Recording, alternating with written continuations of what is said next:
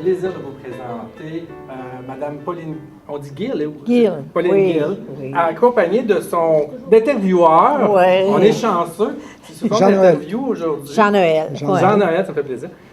Alors, je vous souhaite une très belle conférence et merci beaucoup d'être venu nous voir. Et ça m'a fait plaisir, enfin. Enfin, parce que il y a 2 ans, elle devait venir dans la programmation. Et puis, ennui de santé, elle n'a pas pu venir. Alors, elle nous a remplacé assez rapidement. Et c'est son ami qui était venu, Mme Aubry, c'est... Suzanne? Suzanne Aubry, c'est ça, qui était venue vous remplacer. Mais on avait donc hâte que vous reveniez. Et moi aussi. Bonne conférence. Et moi aussi. Merci beaucoup. Et on a un beau public de femmes. Hein? Comme C'est toujours, toutes je suis des en dames de- minorité, hein? Oui. Oui. Mais c'est impressionnant. On est content. On avait hâte. Je dis on parce que depuis 3 ans, on a adopté une formule de rencontre comme ça par entrevue. Et les réactions qu'on a eues de nos publics, c'était que c'est donc bien dynamique. Alors, je ne sais pas si on va encore réussir ça après-midi. Ça, c'est un défi à relever, hein? Ah oui, mais on s'est levé de bonne heure, on était de bonne humeur. Oui. Ah oui, Il ah faisait oui, beau oui, tout le oui, long. oui. Ah oui, il faisait beau pour tout le monde. Et puis, ici, Plessisville, c'est la première fois que je suis invitée, où je viens. Excuse, j'ai été invitée une fois, puis je ne suis pas venue. Mais c'est la première fois, puis je découvre que vous avez une belle ville, hein? C'est très beau, ça a bien été ensemble, pas de neige nulle part. On allait Alors, goûter ça à fait votre vraiment McDonald's plaisir. en passant, hein? Oui. Oui. Oui. Alors, donc, je vous souhaite un bon après-midi. Je remercie M. Perron parce qu'on a communiqué par courriel depuis 2 ans. Puis, juste par sa façon de communiquer avec moi, je me disais, oh, je suis sûre que c'est un monsieur qui est le fun. Alors, j'ai pu vérifier, c'est vrai que c'est un monsieur qui est le fun. Alors, très, très gentil, très accueillant. Ça fait du bien. Alors, donc, monsieur, vous, Oui. qu'est-ce que vous faites là dans ma vie? Ah, je fais beaucoup de choses dans ta vie. Alors moi, j'accompagne madame. D'abord, on est ensemble depuis 25 ans. Et puis, j'arrive pas à me tanner. C'est bon, hein? Alors, je suis chauffeur, je suis cuisinier, je suis homme de ménage, jardinier, amant. Etc. C'est tout moi qui fais ça, là. Clé en main. Oui, clé en main. Oui. Alors, ça fait 25 ans qu'on est ensemble et puis j'ai encore des questions à lui poser. Ça fait qu'aujourd'hui, je suis là pour lui poser des questions. Je ne sais pas tout encore, après 25 ans. Et je ne sais pas si je vais apprendre des choses nouvelles aujourd'hui. En tout cas, je vais lui poser des questions.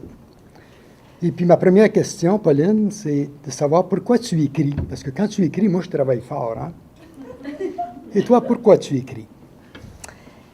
L'écriture, pour moi, ça a été comme quelque chose qui m'a allumée quand j'étais très, très jeune, même jeune enfant.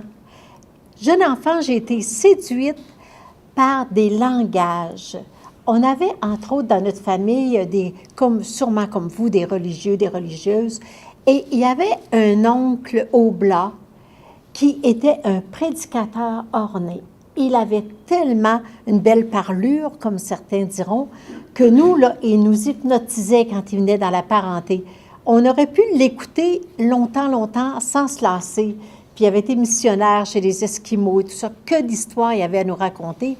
Et moi, je me rappelle à 4-5 ans que j'avais hâte d'être une grande personne pour voir si je serais capable de raconter les choses comme lui. Ça m'avait fasciné, ce monsieur-là. Il avait été très, très marquant dans ma vie.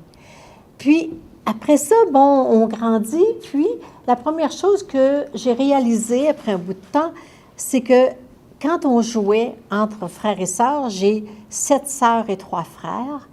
Alors, moi, je suis la deuxième de la famille et on jouait toujours à l'école. Et devinez bien que moi, j'étais la professeure. Alors, notre père nous avait fait une petite maison, puis on avait des tableaux, puis j'étais le professeur. Pour moi, les mots, ça a toujours été comme magique dans ma vie. J'étais tellement heureuse quand je découvrais un nouveau mot. Puis c'est pas parce que chez nous, la culture était très répandue dans notre foyer. Oh mon Dieu, non. Oh non. Il y avait que quelques livres. C'était surtout ceux qu'on gagnait à la fin de l'année scolaire en prix, hein? Après les examens de l'année scolaire, on rapportait ça à la maison. Et enfin, c'était des livres neufs qui sentaient bon. Et il nous restait un petit travail à faire, c'était de découper les pages parce qu'elles n'étaient pas toutes découpées. Alors ça a été les premiers livres qu'on a eus à la maison. Et puis, par après, j'ai dû être pensionnaire pendant des années. Bien, je dis des années, ça me semblait tellement long. Parce que chez nous, je ne pouvais pas avoir toute l'instruction que je souhaitais avoir. Alors, comme ma sœur aînée a échoué son examen de mathématiques en 7e année, donc c'est moi qui avais la chance de me faire instruire. J'étais très heureuse de ça, mais le prêt payé, c'était 5 ans de pensionnat. Et je m'ennuyais éperdument. C'était à Rivière-du-Loup, chez des religieuses françaises. Je peux vous dire en passant que les religieuses françaises étaient plus sévères que les religieuses des communautés québécoises. Et puis, tellement, une preuve, c'est que le soir, à partir de 7 heures, on était tenus au silence jusqu'au lendemain midi. C'était excessivement long, surtout pour des bavardes comme moi, c'était terrible. Alors, donc, j'ai trouvé ces années-là très longues, mais il est arrivé quelque chose, par contre. À force de m'ennuyer dans ce pensionnat-là, j'ai développé une correspondance avec mes parents. D'abord avec ma mère, mais j'ai vite réalisé que ma mère avait tellement pas de temps pour me répondre que finalement, j'ai décidé d'écrire à mon père. Et la grande surprise, c'est que mon père me répondait régulièrement et qu'il écrivait bien.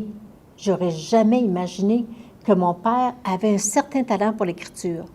Parce que quand on lui demandait combien d'années de scolarité il avait, bien, il dit, écoutez, je suis allée à l'école très, très longtemps, moi, mais le professeur était souvent absent. Ça ne nous a jamais dit combien d'années il était allé à l'école, mais il avait vraiment des talents d'auteur. Et je suis tellement fière de pouvoir dire que mon premier maître en écriture, ça a été mon père, qui avait l'équivalent d'une 4e année, mais du talent qui allait bien au-delà de ça, de sorte qu'à un moment donné, on s'est mis à s'écrire en poésie. Alors, vraiment, il m'a vraiment donné la piqûre de l'écriture. Et puis après, sont arrivées des occasions qui ont fait que j'ai décidé de foncer. J'ai été d'abord longtemps dans l'enseignement, de l'âge de 17 ans jusqu'en 96. J'ai combiné les deux. Et puis, depuis 96, j'ai la grande chance de ne faire qu'écrire. Alors ça, pour moi, c'est ce que je souhaitais de tout mon cœur. Fait que tu as dit, à 17 ans, tu as enseigné, oui. Et jusqu'en 96. Oui. Ça ne dit pas ton âge, ça? Non, c'est pas nécessaire. C'est bon. S'il y en a qui voulaient commencer à calculer, c'est mieux pas. Je peux le dire facilement. OK, oui. non, c'est pas important, c'est une blague. C'est ça. Alors, vu que tu aimais beaucoup l'enseignement, parce que tu en parles dans lequel c'est une passion, puis oui. je t'ai connu comme ça, alors, qu'est-ce qui a fait que tu as quitté l'enseignement alors que tu aimais ça? C'est pas une blague quand je dis j'ai quitté l'enseignement pour mieux enseigner. Parce que comme professeur d'histoire, les livres que le ministère de l'Éducation nous imposait, je les trouvais injustes envers nos pionniers et nos pionnières. Je trouvais qu'ils ne donnaient pas de place aux bâtisseurs de chez nous. Et j'ai entrepris une grande recherche dans laquelle j'ai découvert que c'était surtout les femmes qui n'avaient pas eu leur place. Et l'histoire de la femme de la Nouvelle-France jusqu'à aujourd'hui, si vous saviez comme il y avait des femmes là-dedans qui méritent qu'on parle d'elles. Or, il n'y avait rien qui parlait d'elles. Alors, je me suis donc dit, à part les religieuses, tu sais, on faisait des biographies de religieuses qui avaient fondé telle et telle communauté. C'est important parce que ce sont les communautés religieuses qui ont porté beaucoup d'institutions ici, tant pour les malades que pour l'instruction des enfants. Mais je me dis, en dehors de ça, si ces saintes femmes-là ont formé des filles de valeur, il faudrait bien qu'on en entende parler. Qu'est-ce qu'elles ont fait? Où sont-elles?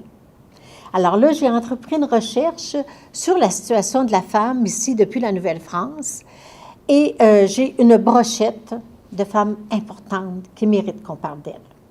Donc, moi, c'était d'abord une sorte de révolte contre la façon que le ministère de l'Éducation nous obligeait à enseigner notre histoire, que je trouvais injuste. Et d'autre part aussi, c'était que pour moi, c'était une autre façon d'enseigner et de rejoindre un autre public. La façon d'enseigner pour moi, c'est que quand vous me dites en arrivant, « Oh, j'ai lu vos livres, j'aime vos livres. » Pourquoi? C'est parce que je vous apprends quelque chose dans mes livres. C'est pas juste une lecture de romance.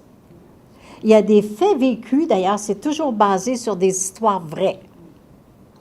Et bien sûr qu'il faut que j'aie recours de temps en temps à la fiction, là, mais ce sont toujours des histoires vraies que je veux vous révéler, et vous avez des artefacts dans le sens que vous allez à Montréal aujourd'hui, dans l'est de Montréal, vous allez découvrir le château du Frein, donc la Cordonnière, le musée, vous allez découvrir le bain public, le marché. Le marché public, le gymnase. Alors, vous avez plein d'endroits comme ça que vous allez répertorier parce que vous avez lu dans la Cordonnière. Et c'est la même chose pour chacun de mes livres. C'est le goût vraiment de rendre justice aux femmes qui ont été des grandes contributrices de tout ce que nous avons aujourd'hui. Alors, s'il y en a parmi vous là, qui auraient le goût d'écrire, mais qui n'ont pas de sujet, venez me voir. Et je vous en suggérerai parce que je n'aurai pas le temps de tout écrire.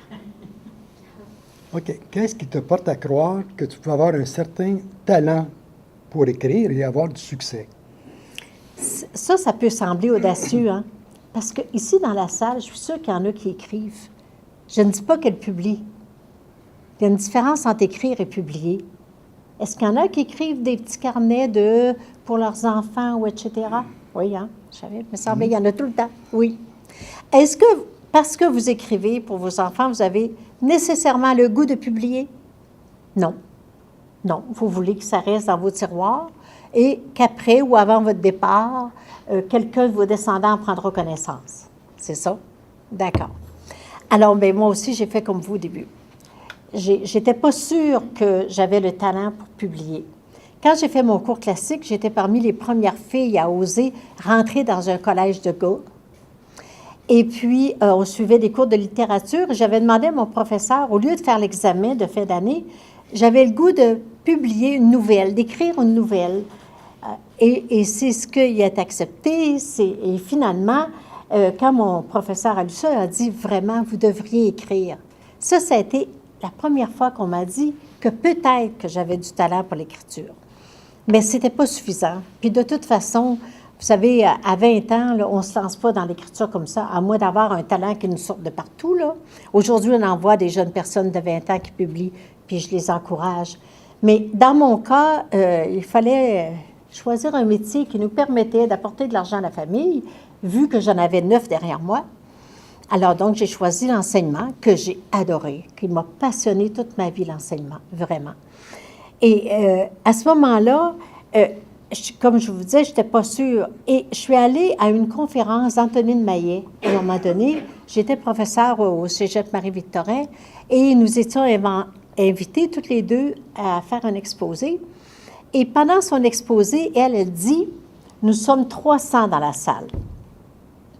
Et je gagerais qu'il n'y en a pas plus que 3 parmi vous qui avez vraiment un talent d'auteur. Et elle dit, vous voulez savoir comment vous reconnaître? Hey, imaginez comment ça bouillait en moi. Et elle dit, si vous avez à l'intérieur de vous cette petite flamme qui brûle et qui brûle, tant que vous ne vous asseyez pas pour écrire, allez-y, vous êtes un auteur. Alors, j'avais ma réponse, j'avais tellement hâte de sortir de la salle puis de m'en aller écrire. Pour moi, c'était vraiment le coup d'envoi qui me manquait. Et après ça, j'ai travaillé comme relationniste-rédactrice dans un centre de bénévolat. Et c'est moi qui rédigeais des articles de journaux, les invitations, tout ça. Mais, je ne sais pas si c'est comme ça ici, mais où j'étais, à Montérégie, à Longueuil, j'écrivais les articles, mais c'est la directrice du bénévolat, du centre de bénévolat, qui signait le papier. Alors voilà, donc, à un moment donné, plein de gens disent, « Bien, Monique, tu as donc bien fait du progrès dans l'écriture. » Alors, c'est moi qui rédigeais les articles, mais c'était la loi. C'était comme ça qu'on faisait ça.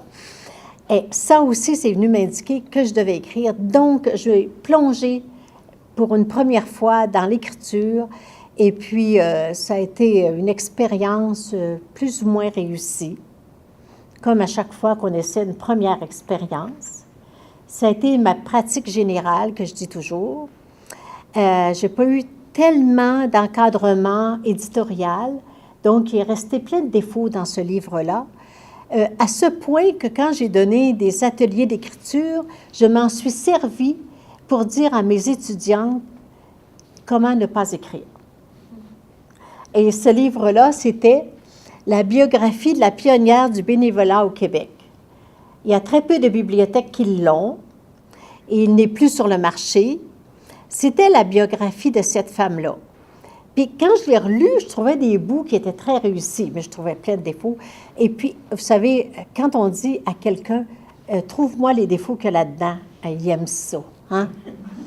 On aime ça corriger les fautes, on aime ça trouver qu'est-ce qu'on aurait pu faire de mieux.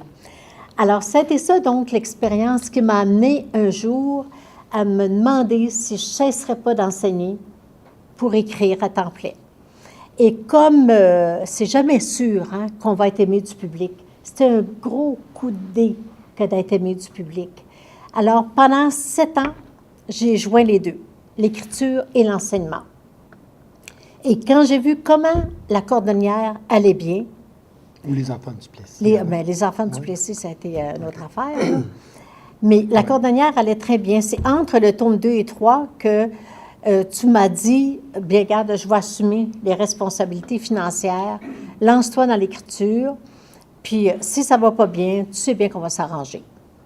Alors donc, à partir de 96, c'est le plein temps dans l'écriture et dans les rencontres avec le public que j'adore. J'ai à chaque fois l'impression de me retrouver en classe et j'adore ça. Je ne pensais jamais que je ferais le ménage tout ce temps-là, non. le jardinage.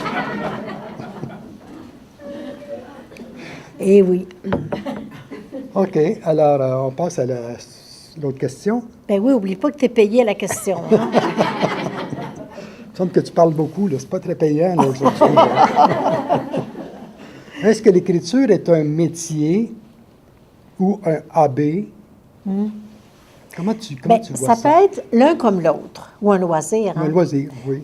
Madame, qui écrivez, c'est un loisir pour vous. Parce que vous n'attendez pas d'argent de votre écriture. Un métier, c'est une occupation qui nous permet d'apporter ce qu'il nous faut pour vivre. Alors, voyez-vous qu'au Québec, il n'y en a pas beaucoup. Il n'y en a pas tant que ça pour qui l'écriture est un métier. Combien pensez-vous qu'il y a chez nous de gens qui peuvent vivre de leur écriture? Oseriez-vous un chiffre? Une vingtaine? Moins que ça, moi, je dirais. Oui. Moins que 20, une cinquantaine. On ose autre chose. Tiens, M. Perron, vous? Moi, j'aurais dit à peu près une centaine. Qui vivent de leur écriture? Oui, puis en pensant aussi au secteur jeunesse, pas juste le moment de l'adulte, mais aussi la jeunesse. Incluant la jeunesse. Oui, Vous savez sûrement que c'est la littérature jeunesse qui est la moins payante. Ah oui, quand on a... C'est très faible le pourcentage. Premièrement, les livres jeunesse se vendent moins cher. On a vu ça au Salon du livre de Montréal il y a quelques semaines, là. Alors, on avait le portrait, j'oublierai pas ma question, on avait le portrait de la situation sociale. On est dans une situation économique de crainte. Il y a des grèves, on a peur de perdre son emploi, on a peur d'être mis à pied. Alors, ce qui fait que quand on se promène dans les salons du livre, là, ces derniers temps, il n'y a pas beaucoup d'acheteurs de livres d'adultes. On voit les comptoirs de livres jeunesse entourés d'acheteurs. Ils sont moins chers, puis c'est nos enfants d'abord qu'il faut récompenser, qu'il faut encourager à la lecture. Nous, les auteurs de romans adultes, on l'a constaté encore plus il y a quelques semaines au Salon du livre de Montréal. Les gens sont craintifs, ils ont peur, ils achètent moins du roman d'adulte. La bibliothèque leur en fournit, et puis Québec Loisirs, quand vous êtes abonné, vous en fournit à meilleur prix, même si moi, comme auteur, ça ne me donne rien. Mais Québec Loisirs, je ne prêcherai jamais pour eux, mais si ça vous permet de lire, tout est correct. Pardon?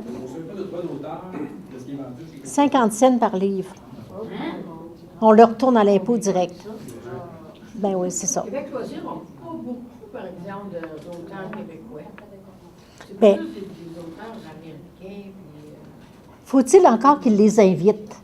Ah, pourtant, parce que moi, c'est pour ça que... Au Québec, imaginez-vous que tant qu'on n'a pas atteint tel millier de livres vendus, Québec Loisirs ne nous accepte pas. Oui, c'est un commerce, c'est un gros commerce. Il va dans les campagnes, ça c'est super, parce qu'il y a bien des campagnes où il n'y a pas de bibliothèque. Alors, ces gens-là ont accès à la lecture par Québec Loisirs. Mais, je referme la parenthèse, j'ai dit ce que j'avais à dire sur la littérature jeunesse pas payante et sur Québec Loisirs, que j'apprécie plus ou moins. Alors, toi, tu me demandais si c'était un métier. Ben oui. Ce qu'on calcule actuellement, vous êtes pas mal proche quand vous dites une vingtaine. Parce qu'il y a des auteurs de romans jeunesse qui vendent beaucoup, qui sont très populaires et très bons. Mais la plupart d'entre eux vont faire un travail parallèle, comme j'ai fait pendant quelques années. Parce que c'est pas ça qui paierait l'hypothèque. Donc, un métier, c'est supposé nous apporter tout ce dont on a besoin pour vivre. Alors, à peu près 22 auteurs actuellement qui vivent de leur écriture. C'est pas assez. Quand on dit qu'il y a trop de livres, c'est pas tout à fait ça qu'il faut lire. C'est qu'il n'y a pas assez de lecteurs. Il n'y aura jamais trop de livres. Seulement 3 000, ma chère dame. C'est presque gênant. Entre 3 et 5, c'est ça. Tu sais, entre 3 000 et 5 000 livres, c'est un best-seller. Ça veut dire que tu ne vends pas beaucoup. Hein? Jusqu'à il y a 4 ans, à chaque fois, moi, que je présentais un nouveau titre chez un éditeur, on allait faire un premier tirage de 24 000 exemplaires. Et on retournait en impression. Ces dernières années, on fait un tirage de 15 000 exemplaires, et là, c'est rendu à 12 000 exemplaires. Et souvent de fois, on n'a même pas besoin de retourner en réimpression. Le livre se vend beaucoup moins, on est dans le déclin. Et c'est pour ça que c'est inquiétant de dire qu'on veut continuer de faire un métier avec l'écriture. Parce que si elle ne nous rapporte pas suffisamment d'argent pour vivre une année, ça veut dire que ce n'est plus un métier. Ça devient de plus en plus un loisir. En ce qui me concerne, moi, mon choix est fait. Même si je ne vends pas beaucoup, c'est sûr. Si je ne vendais pas beaucoup, parce que je n'ai vraiment pas à me plaindre, mais même s'il arrivait que je ne vendais pas beaucoup, je vais continuer d'écrire pareil, parce que ma passion, elle est là, elle. Vous faire connaître des gens de chez nous remarquables, qui nous ont laissé des choses à admirer, à visiter. Alors, je vais continuer, regarde, j'ai ma pension, puis mes rentes, puis...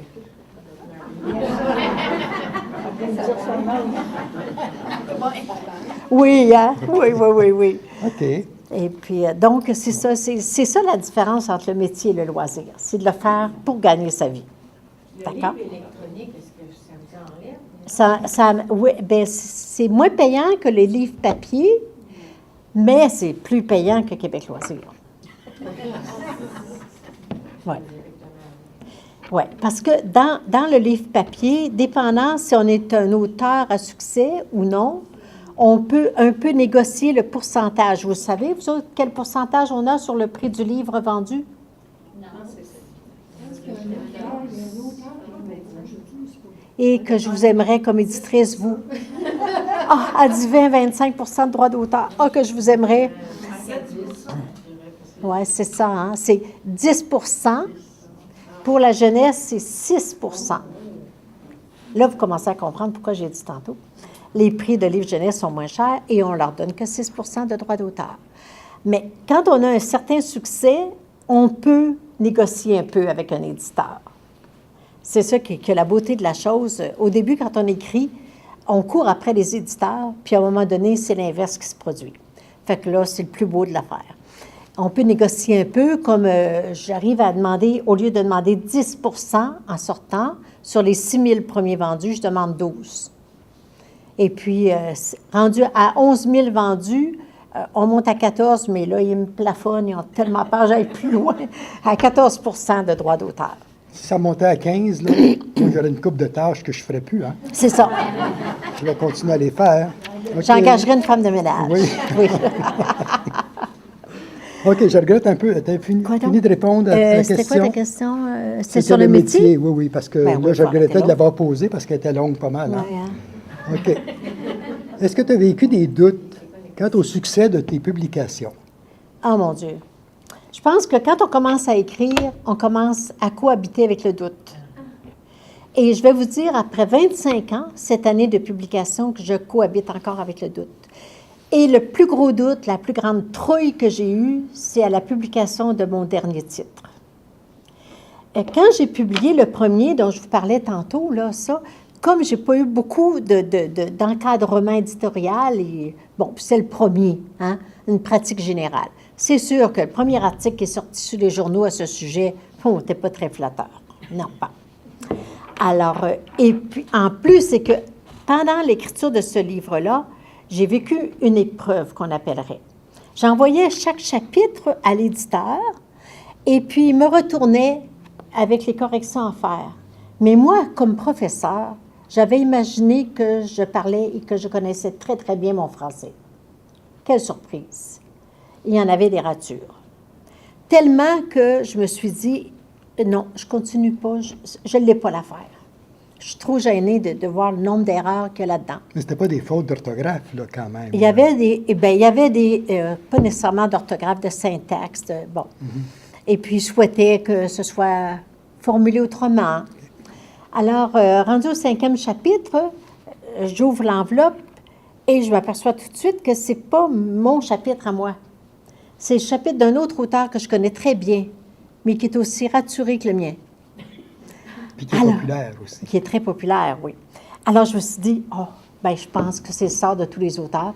Alors, j'ai appelé l'éditeur et je lui ai raconté. Il voulait s'excuser. J'ai dit, faites jamais ça. Si vous saviez le service que vous venez de me rendre. Parce que là, ça m'a dit que je vais continuer.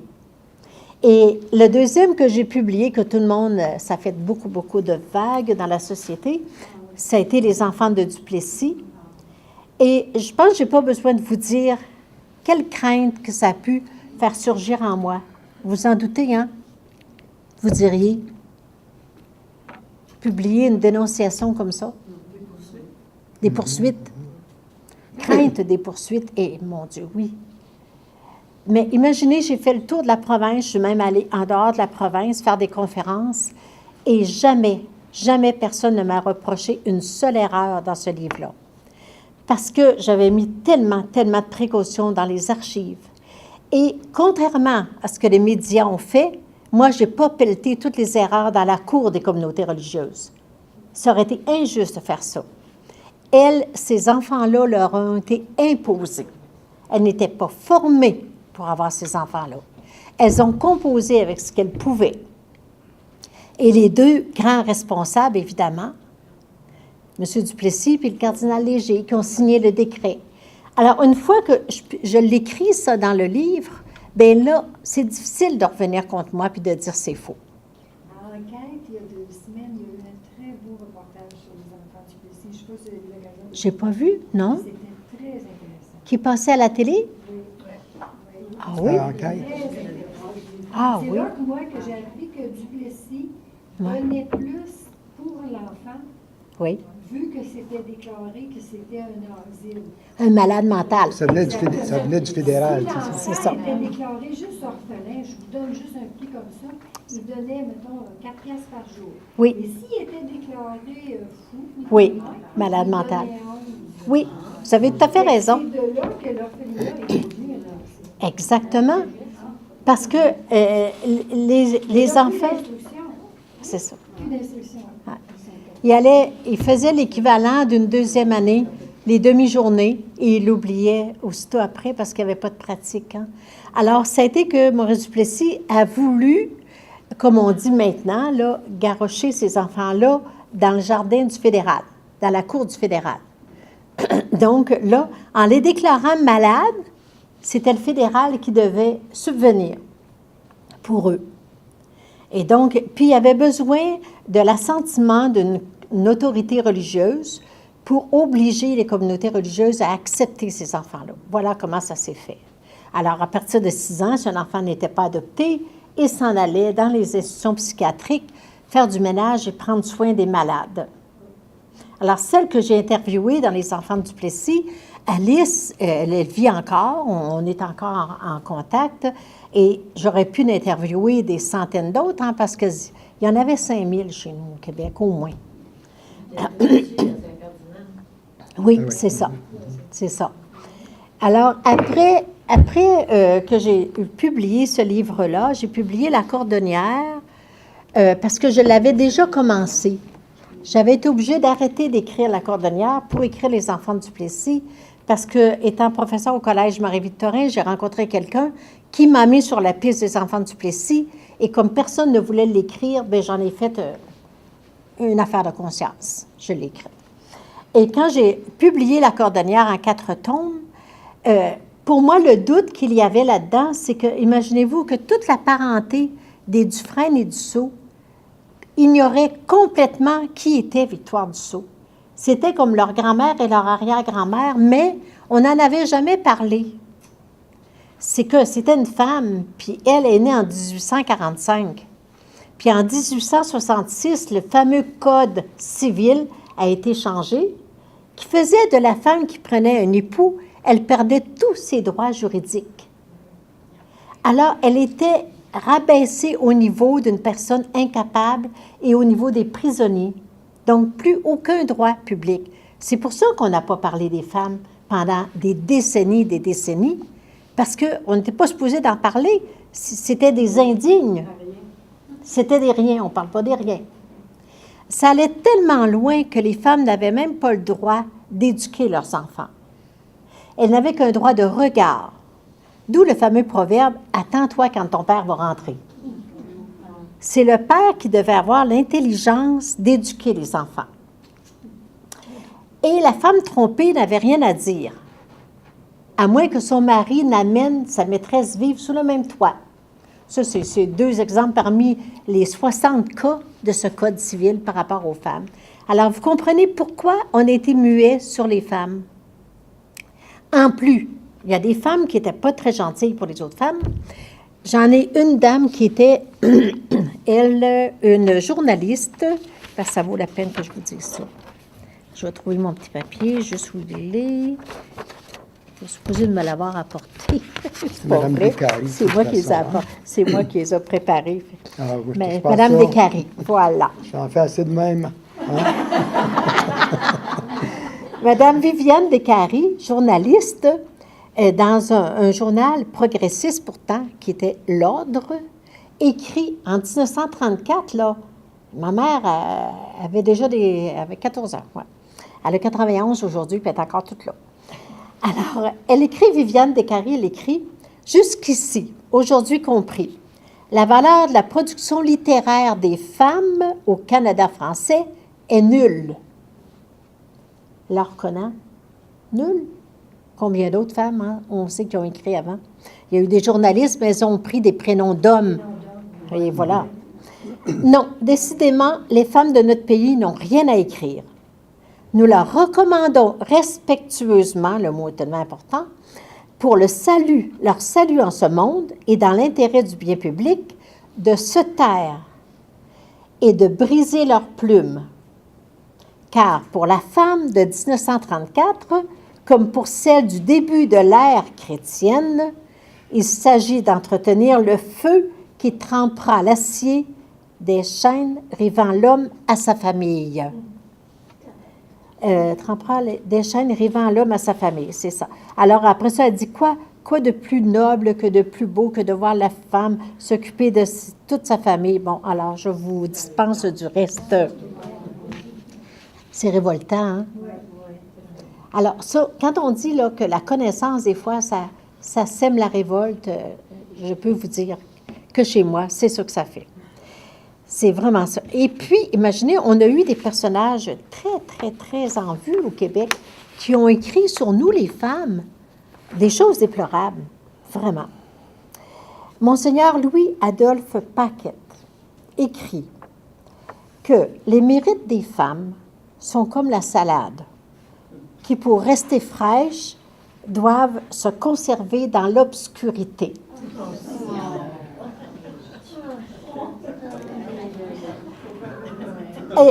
Et pour répondre, Monsieur Tachereau, dit laissons ces jeunes filles à leur piano, à leur broderie, ou à leur dentelle, et surtout aux occupations qui les prépareront à devenir de bonnes et pratiques ménagères.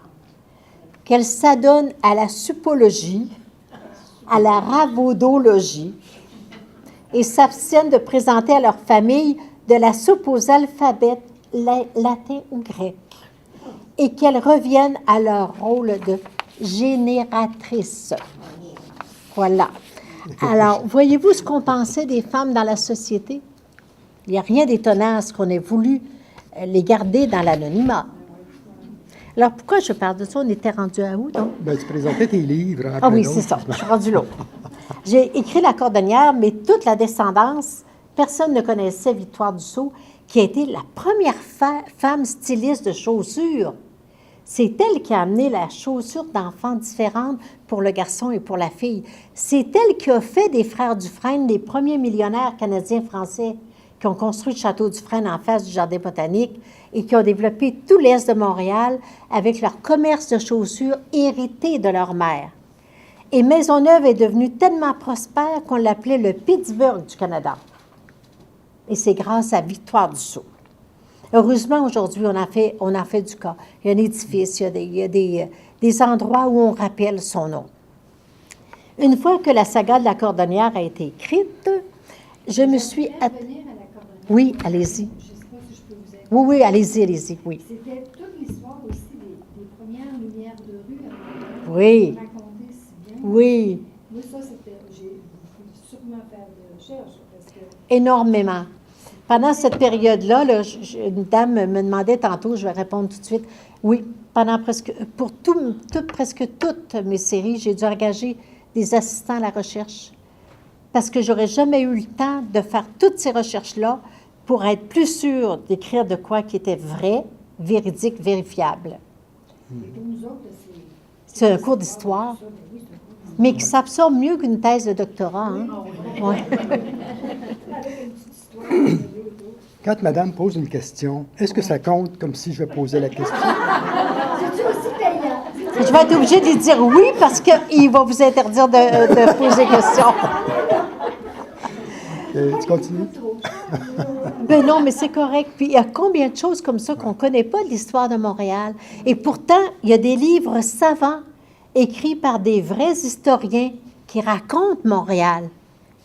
Mais ça n'a pas l'énergie d'un roman historique qui apporte l'histoire. Alors, tu sais, quand on dit, là, c'est l'émotion qui ouvre l'intelligence, c'est tellement vrai. Moi, je m'exerce à toucher votre cœur, puis je sais que votre intelligence va être préparée à recevoir le contenu. C'est un tour qu'on apprend à un moment donné. Alors, l'autre question, monsieur. Okay. Ah non, je suis rendue là. Docteur Irma.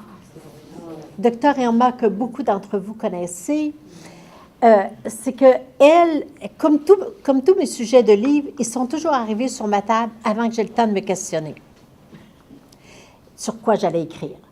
Docteur Irma, elle, ça s'est présenté parce que, à un moment donné, je cherchais à imaginer les diverses versions qu'il y a de l'hymne national au Canada.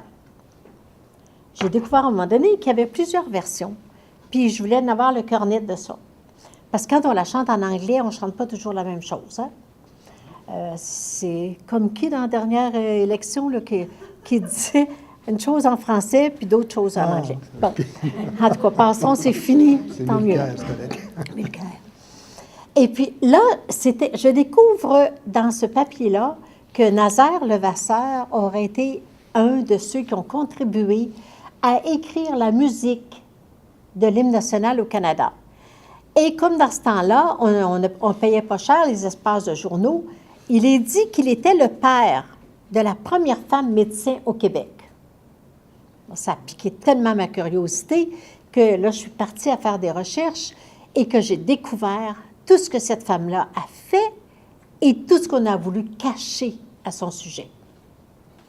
Parce que quelle était la fondatrice de l'hôpital Sainte-Justine, c'est sûr, on a les preuves. Mais on ne voudrait pas aujourd'hui que ce soit dit. quelqu'un d'autre s'est approprié sa cause, a développé le noble hôpital Sainte-Justine que nous avons aujourd'hui et dont nous sommes fiers. Mais je ne vois pas qu'est-ce que ça lui enlèverait de reconnaître que c'est Irma Levasseur qui en fut la fondatrice. S'il y a quelqu'un parmi vous qui a déjà travaillé comme 25-30 ans dans une entreprise, est-ce qu'il y en a? Mettons, par exemple, à la Caisse populaire des Jardins, tu sais. Hein? Bon. Est-ce que ça fait de vous la fondatrice de la Caisse populaire des Jardins? Bon, bien, regarde, c'est aussi simple que ça. C'est pas parce que Mme Justine Lacoste-Beaubien a passé sa vie à travailler à l'hôpital Sainte-Justine qu'elle est dans la vie la seule fondatrice. C'est là qu'il y a une petite nuance à faire. Alors, pour les doutes et les craintes sur celui-là, elles étaient fondées. J'ai eu des problèmes. Ils ne sont même pas finis. Parce qu'on aurait vraiment voulu que ça ne sorte jamais dans le public, qu'Irma, le rôle qu'Irma avait joué dans la fondation de l'hôpital Sainte-Justine. Pour la fondation de l'hôpital de l'Enfant Jésus, il n'y en a pas eu de problème. On a reconnu, on s'est même excusé profondément de ne pas lui avoir reconnu le mérite qu'elle avait eu. Il y a à Québec au moins 6 endroits qui rappellent son nom, son travail. À l'hôpital de l'Enfant Jésus, l'amphithéâtre porte son nom. À l'école, au cégep François-Xavier Garneau, aussi, il y a une salle qui porte son nom. À l'Université Laval, il y a le prix Irma Levasseur, il y a des rues, des monts, etc. Donc, mais je vous dis, c'est pas simple d'écrire des romans historiques quand il y a de la descendance ou quand il y a des gens qui se sentent interpellés ou contredits. Alors, c'est pour ça qu'à un moment donné, un éditeur m'a demandé « T'es sûr que tu veux continuer dans l'historique? » Oui, je continue dans l'historique. Et merci. Merci. C'est le fun aussi, quand on lit le livre, puis après ça, on va sur place. Oui. Ah, elle avait écrit ça dans le livre. Oui. Je me souviens quand, c'est encore, je pense que c'est dans Irma, hein, qui était avec les Ursulines, tout ça. Oui. Tout ça, hein? Oui. Puis là, quand on va dans la petite église à Québec, moi, Oui. Oui. C'est telle madame qui a fait ça. Oui. Dans les rues du Vieux-Québec, hein, on voit les endroits où elle a vécu. Ah oui, c'est... Ben oui, et oui. L'histoire nous revient, là, c'est ça qui est fun. C'est ça qui est important parce que, tu sais, nous, on a peut-être comme peuple canadien-français un défaut qui est celui de ne pas être assez content de ce qu'on est. Puis on n'est pas assez content parce qu'on ne connaît pas bien notre histoire. Si on la connaissait bien, on serait aussi fiers que tous les autres peuples. C'est parce qu'il y a des bouts qui nous sont cachés, justement. Bon, vous avez tout à fait raison. On a tellement filtré les livres d'histoire chez nous, là. Il y avait un écran qui était imposé soit par les autorités politiques ou par les autorités religieuses. Alors, c'est pour ça qu'il faut fouiller. Moi, dans la correspondance privée, j'ai trouvé des mines d'or, parce que là, on disait les vraies choses. Et c'est pour ça que je me sens le devoir de les publier. Et tant que j'aurai toute ma tête et j'aurai à mon service un homme aussi dévoué, je vais pouvoir continuer à écrire. Mais ça dérange. Ça dérange. Ça dérange, ma chère dame, vous n'avez pas idée comme ça dérange. Et puis, les gens sont habitués à un certain confort intellectuel, disons. Faut pas, nous autres, les Québécois, les Canadiens français, là, on est très attentifs à ne pas déplaire. On est tellement bon, on est tellement généreux qu'on est presque bonasse. On peut se le dire entre nous autres, là. Tu sais. Puis, peut-être le fait là, qu'il va arriver plein d'ethnies chez nous, ça va peut-être nous secouer les puces un peu puis nous dire « Hey, gardons notre place, là. Notre langue, nos sentiments d'appartenance, nos coutumes. Oui, notre honneur.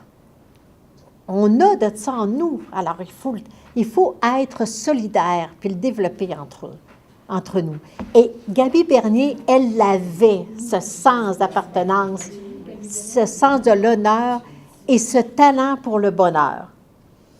Elle, c'est mon enseignement au cégep Marie-Victorin qui m'a fait découvrir, parce qu'à un moment donné, ils ont construit un 2e pavillon pour les cours de la mode et ils ont donné le nom de Gaby Bernier à ce 2e pavillon. Et là, j'ai voulu savoir en quel honneur, une Gaby Bernier. Et alors là, je suis partie, elle, ça a été fantastique. Le doute que j'ai eu sur elle, c'est que j'aurais aimé ça avoir la collaboration des gens qui l'avaient connue. Et puis, celle qui l'avait lu parmi vous, peut-être M. Perron l'a lu aussi, mais je ne veux pas avoir sa réponse. Je vais être gênée peut-être de me dire que non, il ne l'a pas lu. Mais il reste que, regarde, il est fin, il ne dit rien. Alors, elle avait adopté, Gaby, elle avait adopté un petit garçon, hein, qui s'appelait Jean Salomon Taupier. Et imaginez, quand j'ai commencé cette recherche-là, là, il vivait encore. Mais quand j'ai eu le temps, entre le temps où j'ai pu découvrir où il habitait, bien, il avait eu le temps de décéder, mais son épouse est encore là, ses 4 filles sont là. Alors, j'ai pu téléphoner à son épouse, et puis elle m'a accueillie au téléphone d'une façon admirable. Alors, 2 fois, on s'est parlé, on a finalement pris rendez-vous chez elle, et quand on est arrivé chez elle, ce n'était plus la même chanson. Une de ses filles nous a fermé la porte au nez en nous disant non, il n'est pas question que ma mère collabore. Moi, ce que j'avais demandé à la dame, je voulais juste voir le testament de Gaby, juste le voir, même pas l'imprimer ni rien, pour m'assurer que c'était vrai quand on disait que c'était la première femme célibataire qui était devenue millionnaire au Québec par son travail. Pas par son héritage, elle n'en a pas eu, par son travail. C'est juste ce que je voulais voir. Mais je suis encore en train de chercher parce que cette collaboration-là ne m'a pas été donnée, parce qu'on avait peur probablement qu'on exploite la dame âgée dans les 80, qui vivait seule dans sa maison. Et puis, non. Alors, on dit quand une porte se ferme, une autre s'ouvre. Alors, au Musée Bécorde, j'ai trouvé des sources vraiment très, très, très intéressantes qui m'ont permis d'écrire, parce que sinon, je n'avais pas ce qu'il fallait pour écrire la vie de Gaby. Et le dernier, je ne parlerai pas tout de suite des enfants de livre jeunesse, là, mais celui-là, pourquoi que je vous ai dit tantôt, sans vous dire le contenu, pourquoi que j'ai eu une trouille énorme dans Le Regard de Luce, c'est que ce livre-là commence en 1790. C'est loin en arrière dans notre histoire. Il a vraiment fallu que je relise mes livres d'histoire pour me rappeler les événements et que je fasse énormément de recherches parce que, comme vous disiez, il y a des livres d'histoire qui ont été filtrés. On ne peut pas s'en tenir qu'à ça. Mais c'est surtout parce que je n'avais jamais traité d'une intrigue policière. Et là-dedans, je ne pouvais pas la contourner parce qu'elle est réelle. Le matin de ses 16 ans, elle, Luce, trouve le corps de son jeune frère assassiné dans l'écurie. Et c'est tout de suite en commençant les recherches. Alors là, vu que c'est quelque chose qui va les suivre très longtemps, qui est le criminel, on est en 1796, pas évident, la police n'existait pas à Québec en ce temps-là. Il y avait la milice, mais il n'y avait pas la police. Alors, donc, je me suis trouvée devant un défi que je n'avais jamais relevé. Et c'est pour ça que j'avais tant la trouille quand je l'ai publié. J'avais vraiment peur de ne pas avoir bien traité ça. Et puis là, je peux vous le dire sans vous tordre la main, mais tous les commentaires que j'ai eus à date ont été très élogieux. Il y en a même qui sont allés jusqu'à dire que c'était le meilleur. Oui, très condensé, c'est sûr qu'il est très condensé. Mais non. Fait rien, vous le prendrez puis vous le lirez quand le tome 2 sera sorti. Hein?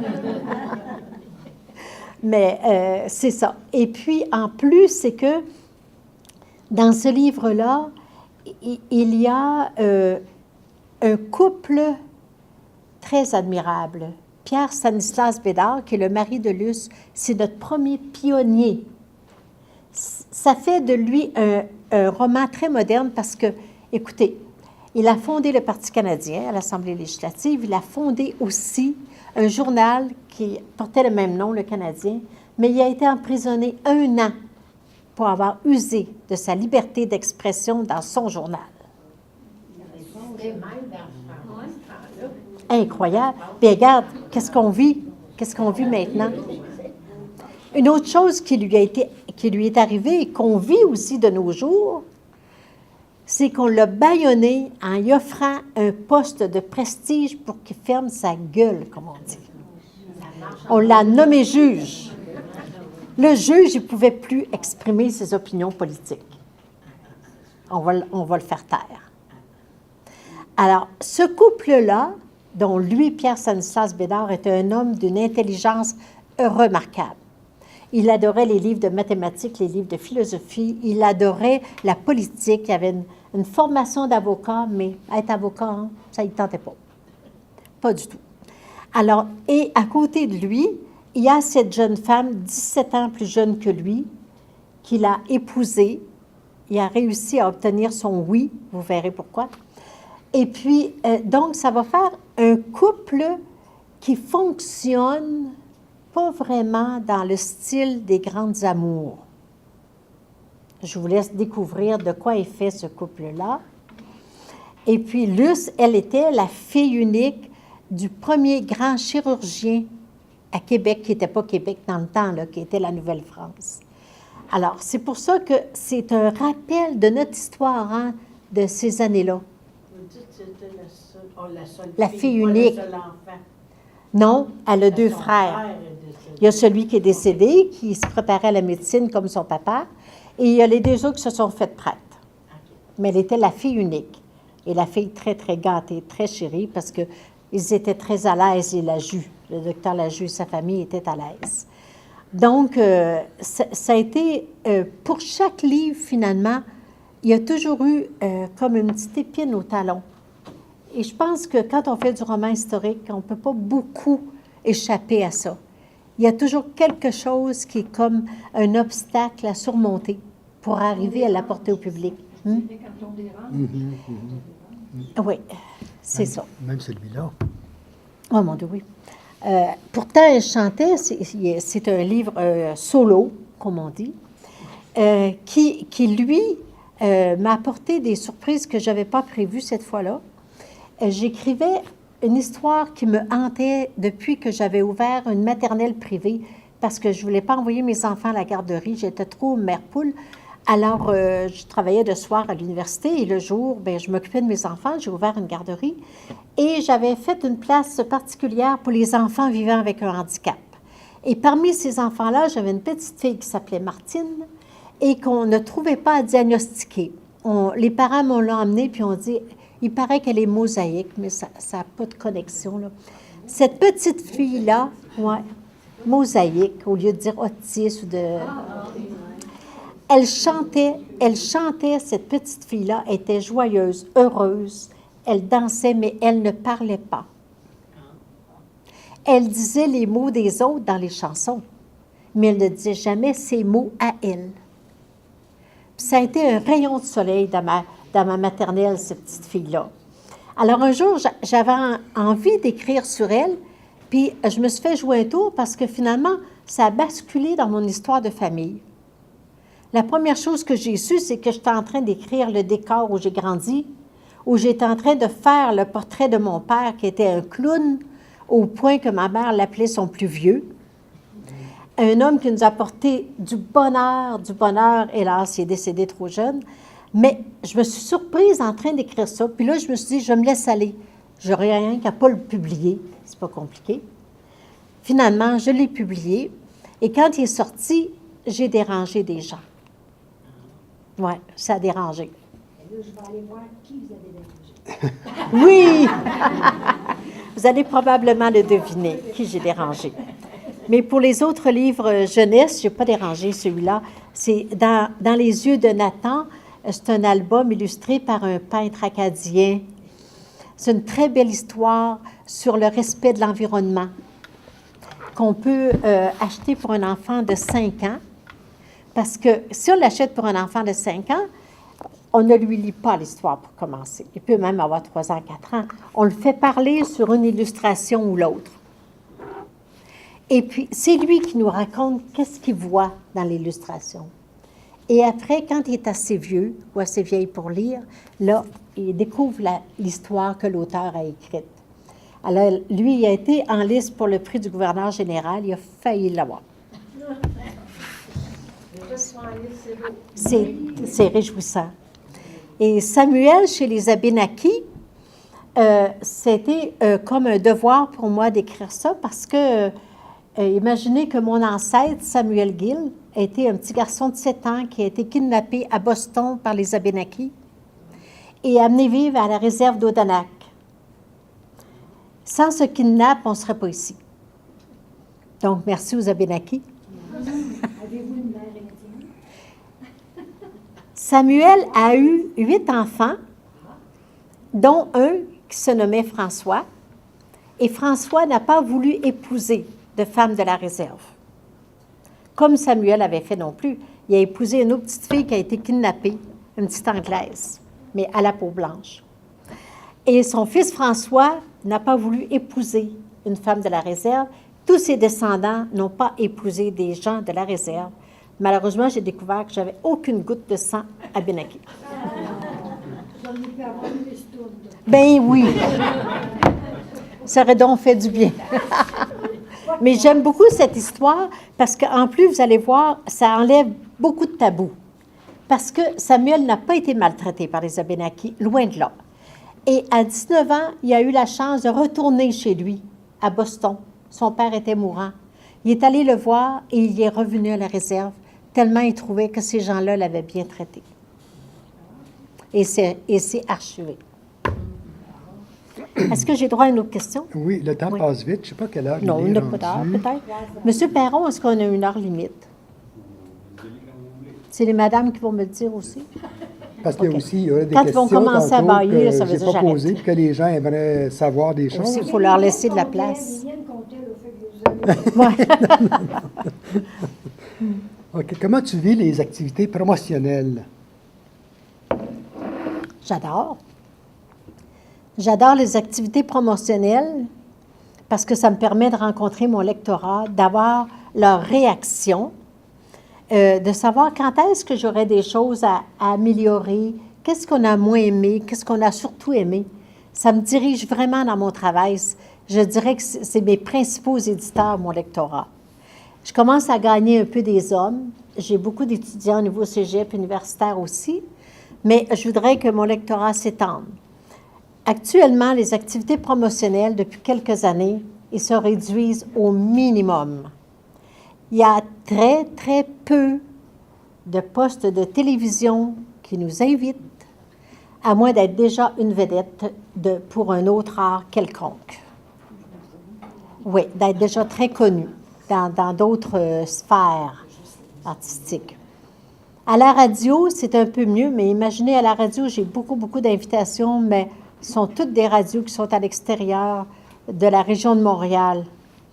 C'est la Côte-Nord, Gaspésie. J'ai une chance que je les ai, autrement, je n'aurais pas de poste de radio qui m'appellerait. Mais là, récemment, là, j'ai eu, enfin, vous verrez, dans Coup de pouce, en février, j'ai une chronique. Ça, c'est un beau cadeau.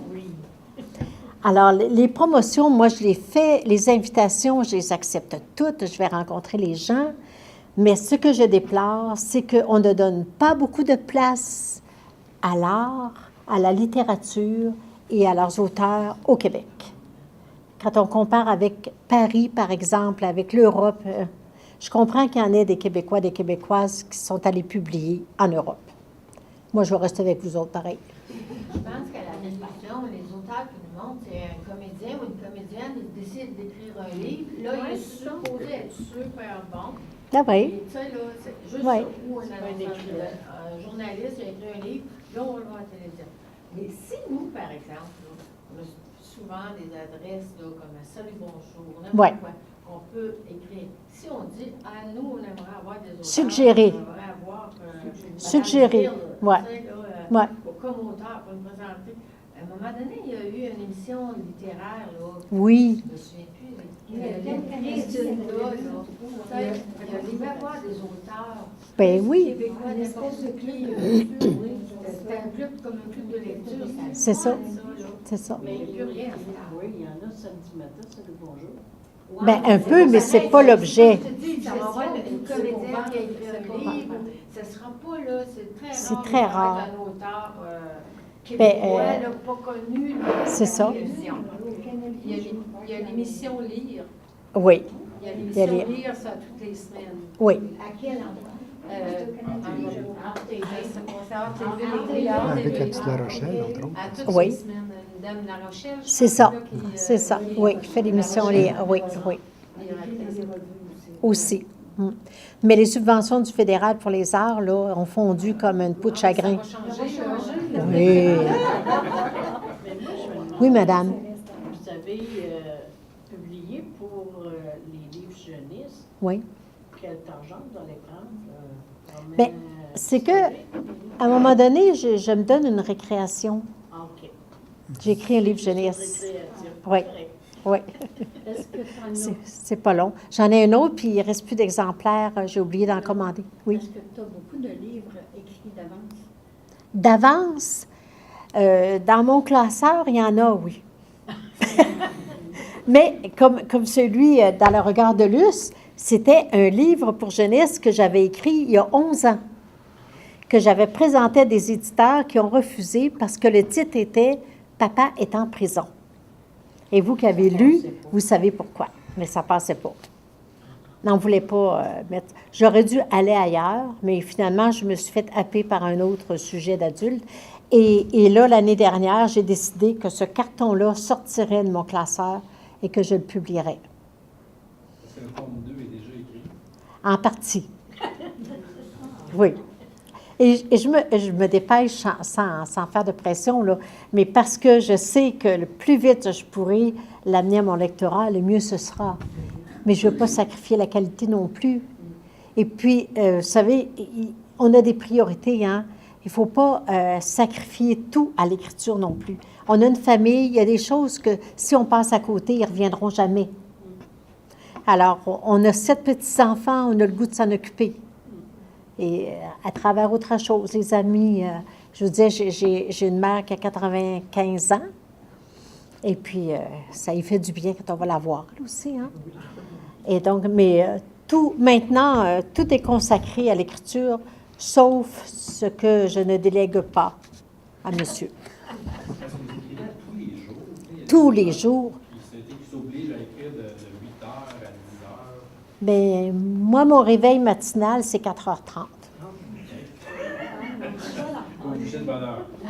Bien, j'ai assez de sommeil, j'ai assez dormi à 4h30. Je me réveille automatiquement et là, j'ai 3 heures d'écriture avant que monsieur soit prêt à déjeuner. Donc, au moins, je fais son café, je prépare son déjeuner. C'est des petites gâteries de temps en temps. Oui, oui, oui. Et je travaille dans l'avant-midi et dans l'après-midi. Alors, quand j'additionne, j'écris à peu près 9-10 heures par jour. Ah, c'est vraiment la passion. Quand je dois arrêter pour aller soit à dîner ou pour une activité quelconque, j'arrête toujours à un moment où c'est tellement le fun, là, que je vais savoir où j'étais rendue quand je vais revenir. Tu sais, je n'aurais pas à me creuser la tête. Voyons, qu'est-ce que je mettrais bien pour la suite? Non, non, non, je le sais. J'étais en train d'écrire telle scène, là, puis ça bouillonnait. Fait que ça va aller. Mais est-ce que ça vient vraiment au fur et à mesure que vous êtes captivé? Maintenant, il y a des flats, là, des moments où c'est le calme plat, puis là, où vous êtes-vous dans votre style de vie toujours en train de penser, ah oui, ça, tu sais, êtes-vous toujours à on, là? Oui, bien, je vais vous dire, c'est le fait que j'écrive du roman historique, ça fait que je fais tout mon plan avant de commencer à écrire. Et ce plan-là est toujours à 3 dimensions. L'histoire, Luce, son mari, sa famille, intégrée dans l'histoire du Québec, dans l'histoire du Canada, dans l'histoire universelle. C'est vraiment un travail d'architecture. Tout ça, c'est par année chronologique. Et là-dedans, j'insère l'histoire de mes personnages, selon ce qu'ils ont vécu, ce que j'ai trouvé dans mes archives. Alors, une fois que tout ça est fait, là, je m'assois à mon ordinateur et je laisse aller les choses. Et c'est là que j'éprouve le plus de plaisir. Telle année, il s'est passé telle chose, 1811, Pierre Bédard est emprisonné. Ça, on respecte ça. et l'inspiration vient autour de l'événement. Parce que dans le roman historique, il y a toujours 3 grands piliers. Il y a les archives qu'on consulte et qu'on voudrait abondantes, hein, mais que ce n'est pas toujours le cas. À l'opposé, il y a la fiction. Elle est nécessaire, la fiction, pour établir, entre autres, les dialogues. Moi, je n'étais pas là quand Luce a vécu, là, quand la cordonnière a vécu et tout ce monde-là. Donc, il faut que j'ai recours à la fiction. Mais entre les deux, ce qui nourrit ma fiction, c'est ce qu'on appelle la vraisemblance. La vraisemblance, c'est ce qui découle logiquement des recherches que j'ai faites. Si, par exemple, Pierre Stanislas est en prison en 1811 à Québec, il faut que j'aille voir la distance qu'il y avait entre la prison et chez lui. Comment était faite la prison? Je ne peux pas l'installer dans une prison comme on a à Montréal maintenant. Voyez-vous, je ne suis pas capable d'écrire une page sans devoir retourner dans la recherche pour vérifier si l'inspiration que je viens d'avoir, si elle est vraiment fondée. Autant que, on appelle ça des anachronismes, écrire des choses qui n'ont pas de bon sens pour ce temps-là. On en voit dans des romans soi-disant historiques. Ouais. Oui, c'est un exemple. Puis il y a des fois, c'est moins gros que ça, mais tu dis, puis ou bien tel mot, on ne pouvait pas utiliser ça. Dans un roman bien coté, pourtant, j'ai trouvé des lumières de rue en 1834. Impossible. L'expression au feu vert, ça ne peut pas être utilisé avant que les lumières de rue soient installées. C'était une expression qui vient de la venue de l'électricité. Il faut faire attention à toutes ces choses-là quand on fait du roman historique. Mais c'est tellement passionnant. Je ne dis pas que je ne ferai jamais de roman fictif, parce que j'en ai bien envie aussi. Mais on va continuer, oui. Est-ce que votre éditeur vous a déjà suggéré de retirer une partie pour vous protéger en consultant un avocat? Parce que vous travaillez beaucoup dans l'historique et que vous allez dans des trucs qui sont un peu picotants, n'est-ce pas, pour certaines personnes. Oui. Avez-vous dû faire des deuils? 125 pages retirées, qui étaient trop dangereuses. Et qu'on disait, est-ce que c'est vraiment nécessaire que le grand public sache ça? Le message passe, là, dans ce nombre de pages-là. On va se limiter à ça. Et ça aurait été trop dangereux. Ça, c'est l'éditeur qui a décidé? Oui, parce que, tu sais, l'autre éditeur qui voulait l'avoir, c'était M. Stanquet. M. Stanquet le voulait aussi, ce livre-là. Puis l'éditeur disait, on risque d'aller en prison. Ben oui. S'il y a la moindre erreur qu'on peut amener ça devant un juge, là, oui. Et M. Stanquet, lui, quand il l'a accepté du premier coup, il dit, ça se peut, tu sais, Pauline, qu'on se retrouve en prison, mais il dit, si on est tous les deux, on va avoir du fun. Mais finalement, son conseil d'administration lui a remis les 2 pieds par terre et là, il m'a téléphoné pour me dire qu'il était désolé, mais le conseil d'administration ne voulait pas de cette histoire-là. Par contre, il y en a d'autres éditeurs qui m'ont dit, ben non, mais en bien plus que ça. Dans l'histoire de la cordonnière, le grand amour entre Victoire et son beau-père, il aurait voulu que je beurre épais. Et moi, non. Moi, je fais confiance à mon lectorat. Je leur laisse de l'espace entre mes lignes pour leur imaginaire. Ils sont capables de s'occuper de ça. Je suggère, mais je ne décris pas. Alors, il y a le jeu des deux. Mais c'est bien de faire travailler l'imagination du lecteur. Oui, hein? Avec la vôtre, je pense qu'avec un peu de vécu qu'on a, on peut imaginer. Ah oui, bien oui. C'est bien aussi ça. Oui, moi, j'ai le goût de vous faire vivre ça, tu sais, de dire, ah, moi, je la voyais comme ça. Puis quand il y a des clubs de lecture, là, elles le voient, les personnes qui font partie du club de lecture, parce que le même passage, elles viennent donner leur impression sur ce passage-là. Et c'est là qu'elles voient comment elles ont perçu ça différemment. Bien, c'est parce qu'il y a de la place pour leur imaginaire. Et c'est ça qu'il faut faire. On n'écrit pas pour soi, on écrit pour le lectorat. Il ne faut pas changer le focus. J'ai une Est-ce qu'il y a question d'autres pour toi. interventions aussi? J'ai une question pour toi. Oui. Oui. Vas-y. Et puis, c'était la suivante. C'est qu'est-ce que tu lis, toi, pour te renouveler, pour te... Moi, j'ai pas le temps de voir ce qu'elle lit, là, parce que moi, je fais autre chose. Hein. C'est à l'autre étage. Je demande. Est-ce que vous lisez? Ah oui. Hey, ouais, il lit énormément. Il lit des briques, il vient d'en finir une Faut de pas qu'elle me 600 prenne, pages. par exemple, parce que je peux travailler, tu sais. Ouais. Faut qu'il se cache pour lire. Oui, ben, nécessairement, je lis beaucoup. Je Oui. lis tous les jours, je lis très beaucoup pour écrire. Mais il faut aussi que j'ai d'autres lectures pour me rafraîchir un peu, pour me reposer un peu. Alors, c'est sûr que j'ai mes auteurs fétiches. Exemple, Colette, la grande auteure française Colette, qui a écrit là, avec un charme incroyable. C'est simple pourtant, mais il y a tellement d'émotions dans chacune de ces lignes que ça nous porte tout le temps. Pour moi, c'est le meilleur professeur en littérature que j'ai pas eu, c'est Colette. Puis, je pense qu'il y avait quelque chose au-delà de l'univers, là, on ne sait plus comment l'appeler, qui a fait qu'on avait un jour à se rencontrer, elle et moi, Colette. On n'est pas de la même génération quand même. Un jour, on va à Paris, on est au cimetière Du Père-Lachaise. du Père-Lachaise. Et on fait le tour du cimetière Père-Lachaise parce que Jean-Noël, lui, il veut absolument aller voir le mausolée suprême, pense-t-il, de sa grande chanteuse d'opéra, Maria Callas. Maria Callas. Alors, on s'en va de bonne heure un de ces matins qui ressemblait à aujourd'hui. là. C'était voulait- brumeux, ça Elle pleuvait. voulait même pas, tu voulais Moi, même ça pas, ne m'intéressait toi. pas trop, le cimetière du Père-Lachaise. Parce que j'aime bien mieux vivant qu'il est mort, mais en tout cas. Fait que finalement, on est allé. Et puis, on a donc bien cherché. On a tellement cherché. C'est grand, c'est grand. Puis, il y avait... Puis, vous savez, les sentiers, si vous y êtes déjà allé, c'est rocailleux, hein? Quand on porte un petit talon haut, cette journée-là, là, on n'est pas très fiers de soi. On n'est pas confortable. Et à un moment donné, je suis tellement fatiguée là, que je lui dis, bon, arrête un peu, là. Puis, je m'excuse, là, mais je m'assois sur le bord d'une pierre tombale. Et là, il me dit, tu sais pas qu'est-ce qui est écrit derrière toi? C'était la pierre tombale de Colette. Comme par hasard, c'était elle. Hein, imagine Je sais ma même pas joie. qu'elle est là. C'est pas moi non Je plus. savais Je sais même pas pas. qu'elle est là au Père-Lachaise, tu sais. Alors là, je lui ai fait une grande prière.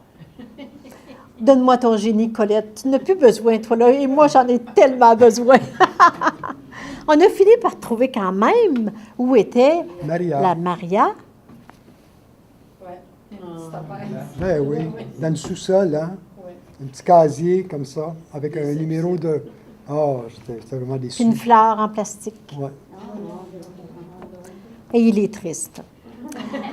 Alors, donc, moi, je dirais, mon meilleur professeur en écriture, ça a été Colette.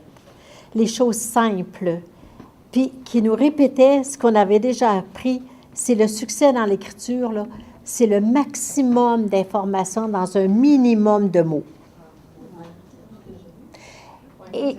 Et le deuxième, c'est faire passer le savoir par l'émotion. Toucher le cœur, vous ouvrez l'intelligence. Ça, c'est mes deux grands principes. Puis dans le roman historique, il s'en ajoute un troisième qui est le doute. Douter de tout. Et les fois que je n'ai pas douté, j'ai commis une erreur. Il faut toujours remettre en question ce qu'on vient d'écrire. Je vous disais pour les mots. Par exemple, La Cordonnière, le tome 3, le premier paragraphe de La Cordonnière, j'ai écrit un mot que je n'aurais pas dû écrire comme ça. Et puis, je suis arrivée au Salon du livre de l'Outaouais. On était interviewés en direct à Radio-Canada de l'Outaouais et j'avais un monsieur qui m'attendait, qui achevait sa thèse d'histoire, de doctorat d'histoire. Ouais. Et qui me dit, Madame, il faut absolument que je vous parle avant qu'on monte sur pas le stage, tribune, là, mais ouais. la tribune, parce qu'il y a quelque chose de très important. Vous avez commis une faute phénoménale, monumentale dans votre premier paragraphe du testament de la Cordonnière. C'est pas le testament. Oui, c'était le testament. Alors, je vous dis, c'est quoi? Non, ça, je sais que c'est pas le testament. Je mime. OK, tu Je mime. Parce qu'on a le testament ici. Ah, bien, je ne l'ai pas donné. OK, vas-y, mime. Fait que mime. Alors, dans le Premier Testament, on dit Victoire Dussault et sa famille quittaient la Mauricie définitivement, croit-il. Ils attendent le train, ils sont à la gare. Et nous sommes en 1890. Victoire Dussault et sa famille quittaient la Mauricie définitivement, croyait-il. Il y avait pas de gare en Mauricie. Il y en avait une, Il y avait une. il y avait une gare. C'est la Mauricie? Ça s'appelait pas la Mauricie. Ça s'appelait la vallée du Saint-Maurice. J'avais pas douté. Puis mon éditeur l'avait laissé passer. Je croyais qu'il l'avait laissé passer parce qu'après l'entrevue, écoutez, que je suis allée leur parler. Et puis, ils ont dit, ben non, tu n'as pas commis de faute parce que la narratrice a le droit d'utiliser la toponymie actuelle pour que ses lecteurs s'y reconnaissent. Alors, au salon du livre suivant, j'ai rencontré mon petit monsieur qui était rendu docteur en histoire. Et je lui ai dit, je suis très contente de pouvoir vous apprendre quelque chose. Alors, il l'a appris, c'était correct. Il avait ignoré, parce que quand tu fais une thèse en histoire, tu ne fais pas une thèse en littérature. Hein? On ne sait pas tout nécessairement. Voilà. Non, non, non, c'est pour ça qu'il faut douter. Il faut soumettre à d'autres aussi, faire lire par d'autres. Puis mon premier lecteur, bien, il est à côté de moi, puis c'est pas le plus complaisant. Il me critique beaucoup, beaucoup, beaucoup. On fait travailler ça, je me venge. Est-ce qu'il y a des questions Dans qui la n'auraient salle, pas été oui. posées? Que vous aimeriez entendre? Oui, madame. Il y a eu 3, en tout cas. Là. Oui, il y en a un, oui. OK. Oui, madame. Combien de temps ça vous prend pour une histoire complète? Mettons comme la cordonnière, vous avez J'ai travaillé pendant 15 ans sur les 4 tomes. 15 ans parce que j'enseignais encore à temps partiel à ce moment-là. Alors, j'ai commencé mes recherches en 89 et pendant 15 ans de temps, j'ai poursuivi l'histoire. Si j'additionnais à ça le temps que prennent mes assistants à la recherche, c'est incalculable. Parce qu'il y a des fois, comme pour Irma, j'ai eu 2, 3 assistants à la recherche. Alors, leur temps aussi est comptabilisé.